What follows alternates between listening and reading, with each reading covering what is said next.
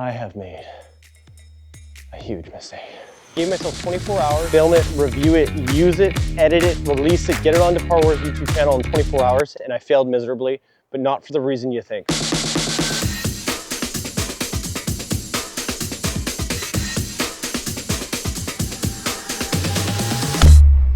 Started shooting this with my daughter, like B-roll shots, probably an hour. January 1st, 2025. Hopefully this is released with a goal of 3 o'clock Pacific Standard Time for January 2nd. January 2nd.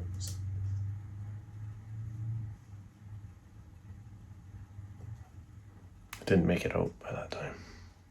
Shoot a video, edit a video, put it together, get it released in 24 hours. Oh, that's a bad look. For the first episode, I thought, let's put something together that I got for Christmas. This is the SKLZ home driving range kit. It is the 7-foot one. Comes with a bunch of these plastic balls. They seem a little higher quality than like your dollar store little golf balls. But the durability will really be tested with these, especially with drivers and everything else. It says on the box, I'm supposed to get a 1-inch and a 2-inch rubber tee. Instead, I got 2 1-inch tees. So I sent SKLZ a message on Instagram about, hey, like I didn't get the 2-inch tee, which is definitely needed for a driver.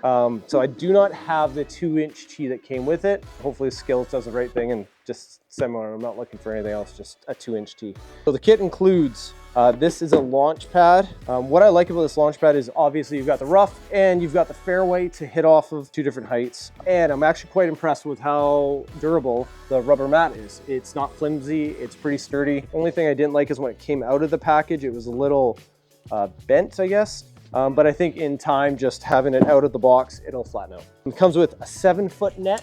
This is what we're gonna be putting together. Pretty massive. All these stretchy poles that everybody loves to put together. 3 pegs, keep it into the ground so when we do it outside. And a couple corner pieces for the net. And a carrying bag, which only fits the net and fits these. Hopefully we get it sorted and can get it outside. It is raining and dark, that's why we're doing it inside here. Okay, so let's get building this. I don't know where the instructions are, so. Okay, this is where I f***ed up the challenge. I built this thing inside. It is so long when the poles aren't bent in its shape, and you have to make sure you get it right. God, I hope this is right. So I'm struggling with it in the space, even though it's a pretty big living room. I'm breaking things, like, I start to get confused. I'm starting to get super sweaty. Bad day to be that plant. Oh. Whoever said it was tough to put this together online, you were 100% right. I almost think it's a 2-person job. Meg, can I borrow you? I thought we had more than enough space here in a big living room. You need probably 14 feet long for the poles until they get fully tensioned and then they make the arc that you see here. It's too dark to be able to go outside and hit. And now we're gonna use it as a new tent. Yeah! This has not moved in 7 days. Let's get this out the door. Oh my. And go swing. First tip, build this thing where you're gonna fucking use it. It is nice with these bars that are a little bit malleable, so you kind of can bend them around corners. I feel like I'm hang gliding. You know what I mean? I'm hang gliding. I'm dead. What an idiot. Let's say that was probably 10, 12 minutes. First time putting it up after taking down. 1 swing review. Balls are very light. I did not get much feel hitting these, but it's what you'd expect. Little plastic wiffle ball, it does the trick. It's gonna keep everybody safe. If I miss the net or something, neighbors, all that stuff is gonna be fine.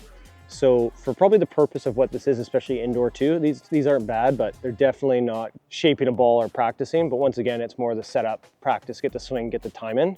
May not be ideal, but it does give you the opportunity to swing at home. Because they didn't send me a 2-inch tee, I only got 1-inch, I'm gonna be hit a hybrid.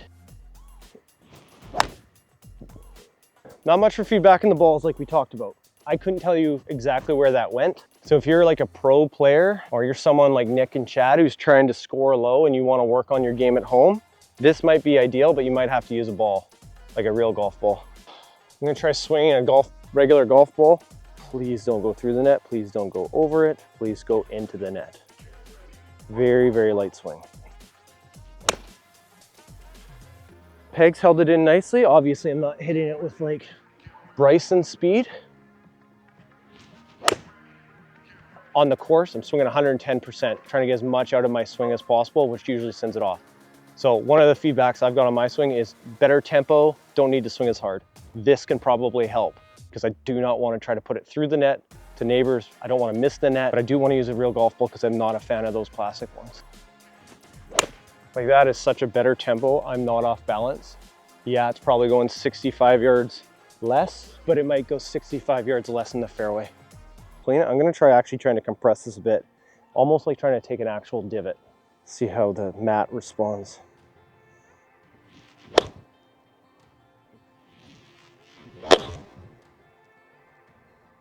Probably not the best swing, but it's actually a good example. This is second swing.